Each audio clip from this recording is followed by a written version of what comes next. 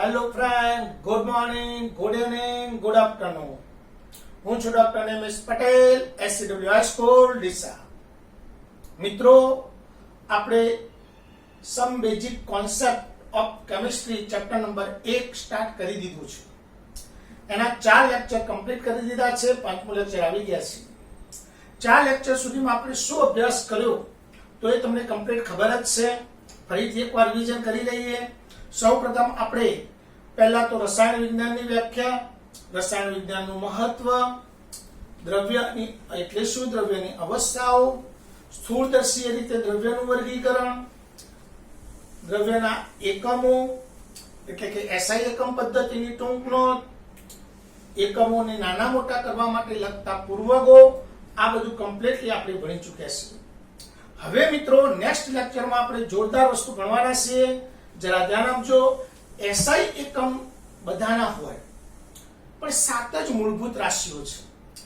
આ 7 રાશિઓનો ઉપયોગ કરી અને જુદા જુદા એકમો બનાવવામાં આવે તો એને ઉપજાવેલ એકમ કહેવાય. તો ઉપજાવેલ એકમ એટલે શું? ઉપજાવેલ એકમ એટલે શું? તો બરાબર ધ્યાન આપજો ભાઈ. મૂળભૂત એકમોમાંથી મેળવેલા એકમોને ઉપજાવેલ એકમો કહે છે. મૂળભૂત એકમમાંથી મેળવેલા એકમોને ઉપજાવેલ એકમ કહે છે.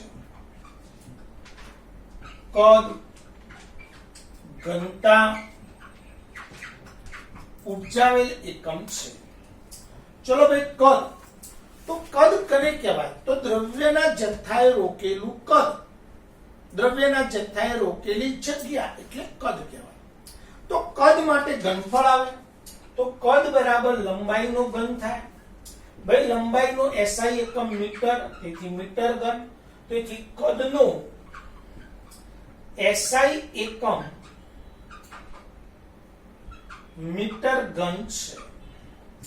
આ સિવાય પણ કદના નાના એકમો જેવા કે સેમી ઘન, ડેસીમીટર ઘન વગેરે છે.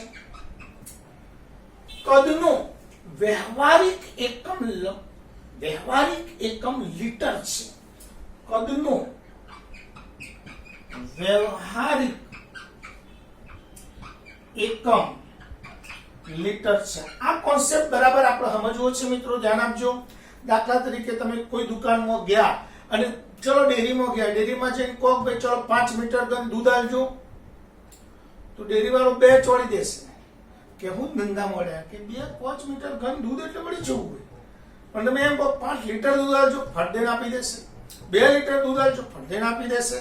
મતલબ વ્યવહારમાં વપરાતો એકમ લીટર છે કદનો. એટલે વ્યવહારમાં કદનો એકમ કયો? તો લીટર. તો એક MCQ બન્યો. કદનો વ્યવહારિક એકમ જણાવો. તો કદનો વ્યવહારિક એકમ લીટર. ભાઈ, કદનો SI એકમ જણાવો. કદનો SI એકમ મીટર ઘન. પણ પ્રયોગશાળામાં કદ માપવા માટેના સાધનો કયા હોય? તો પ્રયોગશાળામાં કદ માપવા માટેના સાધનો, કાચના સાધનો, burette, pipette, measuring flask, burette, pipette, measuring flask, conical flask વગેરે કદ માપવા માટેના સાધનો છે, કાચના સાધનો છે મિત્રો. આ burette, pipette, measuring flask, conical flask, આ બધા સાધનોને આપણે પ્રયોગશાળામાં કમ્પ્લીટ જોઈશું. પ્રયોગશાળામાં વપરાય છે અને હાલમાં પણ આપણે વાપરીએ જ છીએ, પણ પ્રયોગશાળામાં વાપરીશું. પ્રયોગશાળા વખતે તમને બધા કાચના સાધનો હું બતાવીશ. હવે મિત્રો, ઘનતા. તો ઘનતાનો એકમ પણ મેળવવો પડે ભાઈ, એટલે ઉપજાવેલ એકમ છે. ભાઈ, ઘનતાની વ્યાખ્યા શું થાય? તો ઘનતા બરાબર દળ ભાગ્યા કદ. એકમ કદના દ્રવ્યના જથ્થાને ઘનતા કહે છે. એકમ કદના દ્રવ્યના જથ્થાને ઘનતા કહે છે।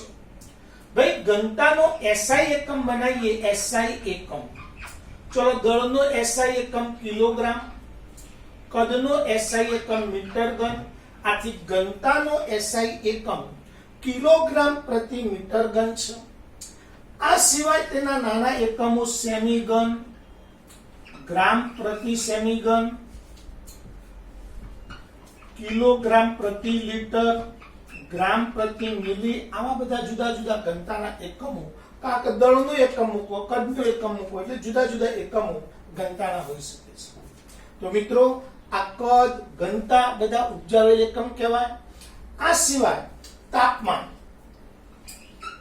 તાપમાનનો એકમ આપણે જાણીએ છીએ। તાપમાનનો એસઆઈ એકમ કેલ્વિન છે। આ સિવાય તાપમાનના એકમો અંશ સેલ્સિયસ અને અંશ ફેરનહીટ છે। મિત્રો આ ખાસ ઇમ્પોર્ટન્ટ, ઘણા મિત્રોને ટેવ પડી જાય કેલ્વિનમાં પણ અંશ કેલ્વિન લખ્યો। મિત્રો કેલ્વિન એકમમાં અંશ નથી આવતા, સેલ્સિયસ અને ફેરનહીટમાં ફરજિયાત અંશ આવે। તો યાદ રાખજો, ફરીથી એકવાર કોન્સેપ્ટ ક્લિયર કરી લઈએ કે ભાઈ તાપમાનનો એસઆઈ એકમ કયો, તો તાપમાનનો એસઆઈ એકમ કેલ્વિન। આ સિવાય તાપમાનના એકમો કયા, અંશ સેલ્સિયસ, અંશ ફેરનહીટ। આ કેલ્વિન, સેલ્સિયસ, સેલ્સિયસ, ફેરનહીટ વચ્ચેના સંબંધના સૂત્રો આપણા મગજમાં ક્લિયર હોય તો કેલ્વિન બરાબર અંશ સેલ્સિયસ પ્લસ 273.15। પરંતુ ગણતરી માટે આપણે 1.15 નથી લેતા, માત્ર 273 લઈએ છીએ। તો કેલ્વિન બરાબર અંશ સેલ્સિયસ પ્લસ 273, ફેરનહીટ બરાબર 9/5 અંશ સેલ્સિયસ પ્લસ 32, ફેરનહીટ બરાબર 9/5 અંશ સેલ્સિયસ પ્લસ 32। તો મિત્રો આપણે ઉપજાવેલા એકમો, મૂળભૂત એકમમાંથી મેળવેલા એકમોને ઉપજાવેલ એકમો કહે છે। કદ, ઘનતા, તાપમાન વગેરે એકમો છે મિત્રો। તાપમાનનો એસઆઈ એકમ કેલ્વિન, તાપમાનના બીજા એકમો અંશ સેલ્સિયસ, ફેરનહીટ।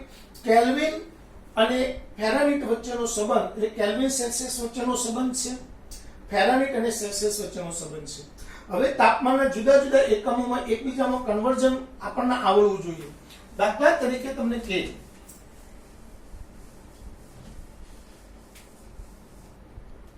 ચલો ભાઈ તમને કે 27 અંશ સેલ્સિયસ બરાબર ખાલી જગ્યા કેલ્વિન। તો આપણને ખબર છે ભાઈ કેલ્વિન અને સેલ્સિયસ વચ્ચેનો સંબંધ શું છે, તો કેલ્વિન બરાબર અંશ સેલ્સિયસ પ્લસ 273। ચલો કેટલા સેલ્સિયસ છે, 27 પ્લસ 273 બરાબર 300 કેલ્વિન। ચલો તમને એમ કે 25 અંશ સેલ્સિયસ બરાબર ખાલી જગ્યા અંશ ફેરનહીટ। તો ફેરનહીટ અને સેલ્સિયસ વચ્ચેનો સંબંધ શું, તો અંશ ફેરનહીટ બરાબર 9/5 અંશ સેલ્સિયસ પ્લસ 273। ચલો ભાઈ 9/5 ગુણ્યા 25 સોરી વત્તા 32 તો ચલો જરા ધ્યાન આપજો, 5 5 25, 9 5 45, 45 વત્તા 32 બરાબર 77। ચલો આ સિવાય પણ જોજો મિત્રો, ધ્યાન આપજો જરા।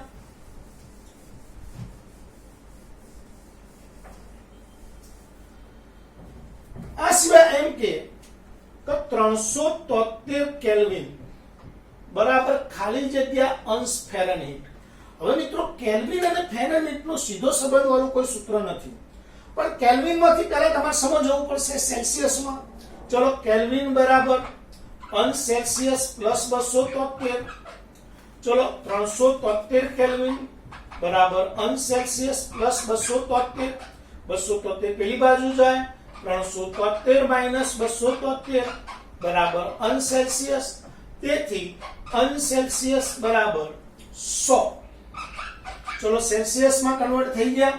હવે સેલ્સિયસ માંથી આપણે ફેરનહીટ કરવા હોય તો અંશ ફેરનહીટ બરાબર 9/5 અંશ સેલ્સિયસ પ્લસ 32, 9 પંચમાંશ ગુણ્યા 100 વત્તા 32. ચલો 20 50 100. 9 દુ 18 180 પ્લસ 32. ચલો 2 8 ને 3 11 ને એકડો વધી 1 212 ફેરનહીટ. તો મિત્રો આપણને સેલ્સિયસ માંથી કેલ્વિન માં, કેલ્વિન માંથી ફેરનહીટ માં, ફેરનહીટ માંથી કન્વર્ટ કરતા આવે. પણ એકવાર આવો પ્રશ્ન પૂછાય તો કયું તાપમાન અંશ સેલ્સિયસ બરાબર ખાલી અંશ ફેરનહીટ છે? અને અંશ સેલ્સિયસ અને અંશ ફેરનહીટ બંને સરખા આવતા હોય એવું તાપમાન કયું? જોરદાર પોઈન્ટ છે મિત્રો. તો -40 અંશ સેલ્સિયસ, -40 અંશ સેલ્સિયસ બરાબર -40 અંશ ફેરનહીટ જ થાય. क्या करिए આપણે? तो ફેરનહીટ બરાબર 9 પંચમાંશ અંશ સેલ્સિયસ પ્લસ 32. ચલો સેલ્સિયસ ને એટલે -40, 9 પંચમાંશ ગુણ્યા -40 પ્લસ 32. 5 8 40, 9 8 72 પ્લસ 32. 72 માંથી 32 જાય તો -40 ફેરનહીટ. તો જો કયું તાપમાન સેલ્સિયસ અને ફેરનહીટ માટે સમાન છે? તો -40 તાપમાન સેલ્સિયસ અને ફેરનહીટ બંને માટે સમાન છે. હવે એકવાર આ પ્રશ્ન પણ પૂછાયો છે, જરા ધ્યાન આપજો. ચલો, નિરપેક્ષ શૂન્ય તાપમાન કયું છે? મિત્રો આ તમારે પરફેક્ટ યાદ રાખવાનું છે. નિરપેક્ષ શૂન્ય, શૂન્ય એટલે 0. પણ નિરપેક્ષ તાપમાન કયું કેલ્વિન માં કહેવાય? તો નિરપેક્ષ શૂન્ય તાપમાન 0 કેલ્વિન છે. નિરપેક્ષ શૂન્ય તાપમાન 0 કેલ્વિન છે. ચલો ભાઈ, હવે કેલ્વિન ને તમે સેલ્સિયસ માં કન્વર્ટ કરવા હોય તો કેલ્વિન બરાબર અંશ સેલ્સિયસ પ્લસ 273. ચલો 0 બરાબર અંશ સેલ્સિયસ પ્લસ 273. તેથી અંશ સેલ્સિયસ બરાબર -273 અંશ સેલ્સિયસ. તો યાદ રાખજો 0 કેલ્વિન પણ નિરપેક્ષ શૂન્ય તાપમાન છે, -273 પણ નિરપેક્ષ શૂન્ય તાપમાન છે. એ જ રીતે ફેરનહીટ, અંશ ફેરનહીટ બરાબર 9 પંચમાંશ અંશ સેલ્સિયસ પ્લસ 32. 9 પંચમાંશ -273 વત્તા 32. આનું સાદુરૂપ આપી દો તો 415 સમથિંગ આવે છે. તો એ જે તાપમાન આવે એ ફેરનહીટ માં પણ નિરપેક્ષ શૂન્ય તાપમાન કહેવાય. તો નિરપેક્ષ શૂન્ય તાપમાન કેલ્વિન માં 0 કેલ્વિન, સેલ્સિયસ માં -273 સેલ્સિયસ અને ફેરનહીટ ને એનો કન્વર્ટ કરવા પડે. તો મિત્રો નીચેનામાંથી કયું તાપમાન નિરપેક્ષ શૂન્ય તાપમાન નથી? એવો ઓપ્શન આવે તો પણ આવડે. નીચેનામાંથી કયું તાપમાન નિરપેક્ષ શૂન્ય તાપમાન છે? તો એમાં 0 અંશ સેલ્સિયસ આપ્યું હશે, -273 કેલ્વિન આપ્યું હશે અને ફેરનહીટ માં આપ્યું હશે. તો ફેરનહીટ માં આપણે જો -0 અંશ સેલ્સિયસ નિરપેક્ષ નથી, -273 અંશ સેલ્સિયસ નિરપેક્ષ છે, 0 કેલ્વિન નિરપેક્ષ છે, 273 કેલ્વિન નિરપેક્ષ નથી. અને એ જ રીતે ફેરનહીટ માં પણ કન્વર્ટ કરવું પડે. તો આપણને બધા જ પ્રશ્નો ગમે તે રીતે પૂછાય તો આવડી જાય. આ કોન્સેપ્ટમાં બધા પ્રશ્નો મેં લઈ લીધા છે. ફરીથી પહેલા કેલ્વિન સેલ્સિયસ વચ્ચેનો સંબંધ, તો કેલ્વિન બરાબર અંશ સેલ્સિયસ પ્લસ 273. ચલો ફેરનહીટ અને સેલ્સિયસ વચ્ચેનો સંબંધ, તો અંશ ફેરનહીટ બરાબર 9 પંચમાંશ અંશ સેલ્સિયસ પ્લસ 32. બસ આ બે સૂત્રોનો ઉપયોગ કરીને એકબીજામાં કન્વર્ઝન કરી શકો તો તમને કમ્પ્લીટ આટલા સુધીનું કામ આવડી જાય. આવડશે ને મિત્રો? કમ્પ્લીટ આવડવું જોઈએ. હવે આપણે ભણીએ છીએ મિત્રો એક સુપર પોઈન્ટ છે વૈજ્ઞાનિક અંક પદ્ધતિ. શું ભણવાની છે મિત્રો? વૈજ્ઞાનિક અંક પદ્ધતિ. ચલો મિત્રો, વૈજ્ઞાનિક અંક પદ્ધતિ સુપર પોઈન્ટ છે. કારણ કે આપણે રસાયણ વિજ્ઞાનમાં એટલી જરૂર નહીં પડે, ભૌતિક વિજ્ઞાનમાં પણ જરૂર પડશે. બધી જગ્યાએ વૈજ્ઞાનિક અંક પદ્ધતિ સાદુરૂપ આપવા માટે ખૂબ જ ઉપયોગી પોઈન્ટ છે. મિત્રો વૈજ્ઞાનિક અંક પદ્ધતિ છે શું? તો આપણે કોઈ પણ સંખ્યાને શોર્ટ ફોર્મમાં લખવા માટેની એક પદ્ધતિ છે. વૈજ્ઞાનિક અંક પદ્ધતિને n ગુણ્યા 10 ની n ઘાત સ્વરૂપમાં દર્શાવાય છે.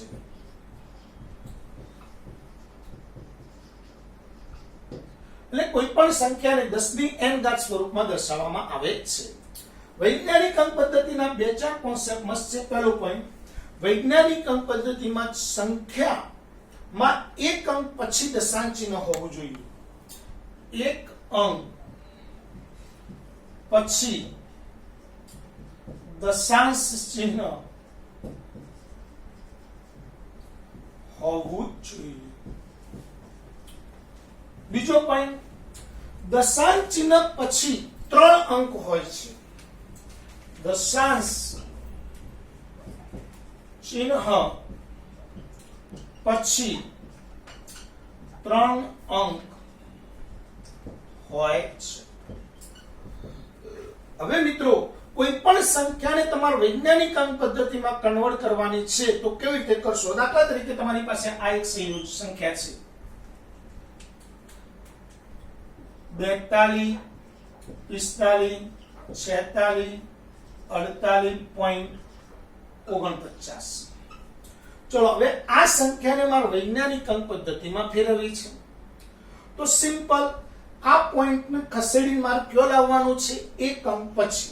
તો કેટલા અંક ખસવું પડશે? 1, 2, 3, 4, 5, 6 અને 7. 7 અંક ખસો. કઈ બાજુ ખસો ભાઈ? કે ડાબી બાજુ. જો ડાબી બાજુ ખસો તો 10 ની પ્લસ ઘાત કરવાની, એટલે 10 ની 7 ઘાત ગુણ્યા 4.245,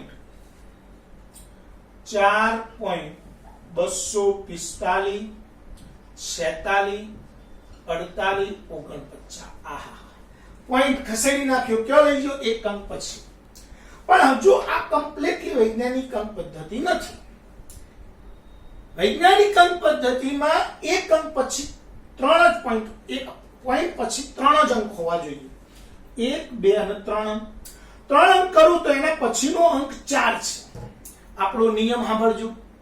જો 5 કે 5 થી વધારે અંક હોય તો અગાઉની સંખ્યામાં 1 ઉમેરી દેવાનો, અને જો 5 થી ઓછો હોય તો ડાયરેક્ટ કાઢી નાખવાનો. તો આ 4 છે, 4 છે તો ડાયરેક્ટ કાઢી નાખો. તો 4.245 ગુણ્યા 10 ની 7 ઘાત. આ વૈજ્ઞાનિક અંક પદ્ધતિ છે. એકદમ સિમ્પલ. ચલો આવી એક સંખ્યા છે 0.0003238.4. ચલો આને વૈજ્ઞાનિક અંક પદ્ધતિમાં ફેરવો. સોરી, 3238.4. આને વૈજ્ઞાનિક અંક પદ્ધતિમાં ફેરવો. ચલો વૈજ્ઞાનિક અંક પદ્ધતિનો રૂલ્સ ફરીથી એકવાર. પોઈન્ટ એક અંક પછી લાવવાનો.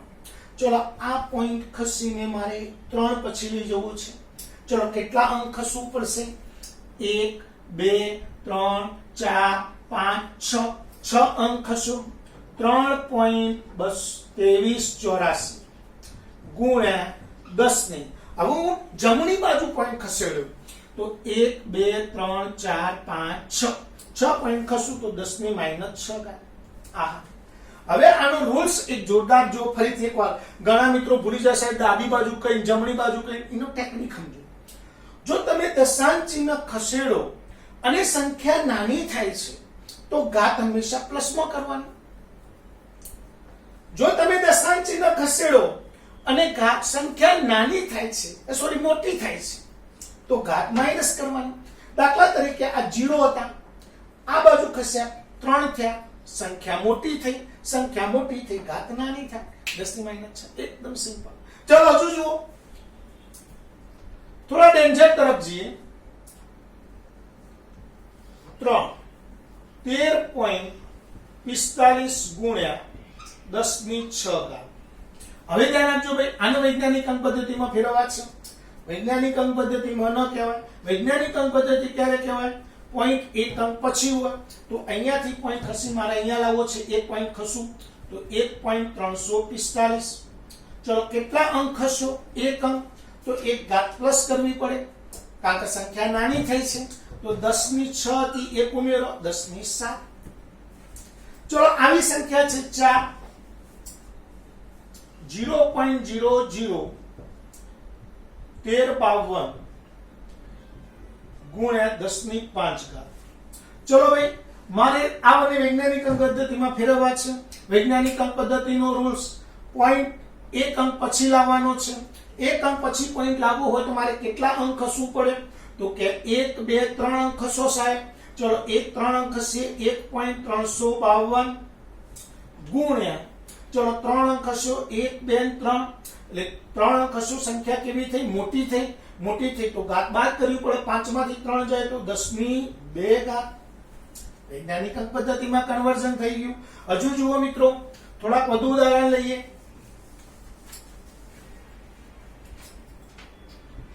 245.46 ગુણ્યા 10 ની -8 ઘાત. મેં વૈજ્ઞાનિક અંક પદ્ધતિમાં ફેરવું તો આપણો એક જ રૂલ છે. વૈજ્ઞાનિક અંક પદ્ધતિમાં પોઈન્ટ કયો હોવો જોઈએ? તો કે એક અંક પછી લાવવા માટે મારે કેટલા અંક ખસવું પડશે? કે 2 અંક. ચલો 2 અંક ખસું 2.45 ગુણ્યા ચલો 2 અંક ખસું સંખ્યા મોટી થઈ કે નાની? 245 માંથી 2 થયા, નાની થઈ તો ઘાત શું થાય? બોલો, પ્લસ થાય. ચલો -8 માં કેટલા પ્લસ કરવાના? 2. -8 માં 2 પ્લસ કરું તો 10 ની -6. આમ કોન્સેપ્ટ બધા ધ્યાન આપજો. -8 ઘાત હતી, એમાં 2 ઉમેરું તો +2 કરું તો -8 અને +2 તો બાદબાકી થશે. 8 માંથી 2 જાય તો -6. આવી સંખ્યા છે 0.00032 ગુણ્યા 10 ની -10. ચલો વૈજ્ઞાનિક અંક પદ્ધતિમાં ફેરવવા છે. ચલો કેટલા અંક ખસવું પડશે? તો 1 2 3 અને 4. 4 અંક ખસું 3.212. હવે મિત્રો અહીંયા ધ્યાન આપજો. 3.212 ગુણ્યા ચલો 1 2 3 ને 4 અંક ખસો છું તો 4 અંક ખસવાથી સંખ્યા કેવી થઈ? મોટી થઈ છે તો ઘાત ઘટાડવી પડે. -10 માં -4 કરો એટલે -14. 10 ની -14 ઘાત. 10 ની -14 ઘાત. તો આ રીતે આપણને વૈજ્ઞાનિક અંક પદ્ધતિમાં કન્વર્ઝન આવડી જાય. મિત્રો વૈજ્ઞાનિક અંક પદ્ધતિમાં ફેરવતા આવડી ગયા પછી વૈજ્ઞાનિક અંક પદ્ધતિના સરવાળા બાદબાકી આવે. વૈજ્ઞાનિક અંક પદ્ધતિના ગુણાકાર ભાગાકાર આવશે. આ બે પણ પોઈન્ટ બહુ મસ્ત છે, પણ આજે પેન જરા આછી ચાલે છે એટલે મિત્રો આજે પીરિયડ આટલા સુધી જ લેવાશે. કાલે વૈજ્ઞાનિક અંક પદ્ધતિના સરવાળા બાદબાકી અને ગુણાકાર ભાગાકાર શીખીશું. આટલા સુધીની ડીપીપી હું તમને મોકલી દઉં છું. તમે નોટબુકમાં ઉતારતા રહેજો, કમ્પ્લીટ સાથે તૈયારી કરતા રહેજો. સહેજ પણ ચલવી ન લેતા મિત્રો. જ્યારે પણ સ્કૂલ શરૂ થશે તમારી નોટબુક હું ફરજિયાતલી ચેક કરીશ. જો કમ્પ્લીટ નહીં હોય તો પછી મજા નહીં આવે. યાદ રાખજો, કામ તો ઘરે બેઠા કરવાનું જ છે. કારણ કે ભાઈ પરીક્ષા કેવી રીતે લેવાશે આનું હજુ આયોજન સરકાર કરી રહી છે. કયા ટાઈમે કયો નિયમ આવે આપણે કોઈ જાણતા નથી, એટલે આપણે બધી રીતે તૈયાર હોવા જરૂરી છે. કોઈને થાય કે સાહેબ અમને તો ભણવાની મજા નથી આવતી, તો મજા લાવવી પડશે ભાઈ. તમારે સેટ થવું જ પડશે. આ રીતે ભણાવવા માટે ટેવાવવું પડશે. કારણ કે આ મહામારીથી બચવા માટે બીજો કોઈ રસ્તો નથી મિત્રો. જો સ્કૂલ શરૂ થાય તો સંક્રમણ વધી જાય. એ કારણથી સરકાર સ્કૂલને હજુ ખેંચી રહી છે અને સ્કૂલ હમણાં ખુલે એમ નથી મિત્રો. એ 100% સત્ય ઘટના છે અને સ્વીકારવી પડશે. તો પછી આપણે આ રીતે જ ભણવાનું થાય છે અને આ રીતે ભણવા માટે ટેવાવાનું. પણ તમને ફાઈ જશે ભાઈ. તમે જો કમ્પ્લીટલી સાથે કામ કરતા રહો તો તમે સહેજ પણ તકલીફ નહીં પડતી, પણ તમે બધું ભેગું કરી નાખો તો પછી તકલીફ પડે. એટલે તમારે જે વિડીયો જે લેક્ચર આવે એક દિવસે જોઈ લેવાનું, એક દિવસે ચોપડામાં એડ કરી દેવાનું. બસ આ કામ ફરજિયાતલી કરવાનું છે. જે મિત્રો આપણે SCW ના વિદ્યાર્થીઓ જે આપણો વિડીયોનું લિંક મળે છે એ મિત્રો ફરજિયાત આપણી ચેનલને સબસ્ક્રાઇબ કરી નાખી, જેના કારણે તમારે કોઈ લિંક ખોલવી ના પડે. હું જે પણ વિડીયો મૂકું એ તમારે સીધો આવી જ જાય. એટલે તમારે જે મેં નવો વિડીયો મૂક્યો તમારે સીધો આવી જ જશે જો તમે સબસ્ક્રાઇબ કરશો તો ફરજિયાતલી સબસ્ક્રાઇબ કરી દેજો. જય હિન્દ, જય ભારત.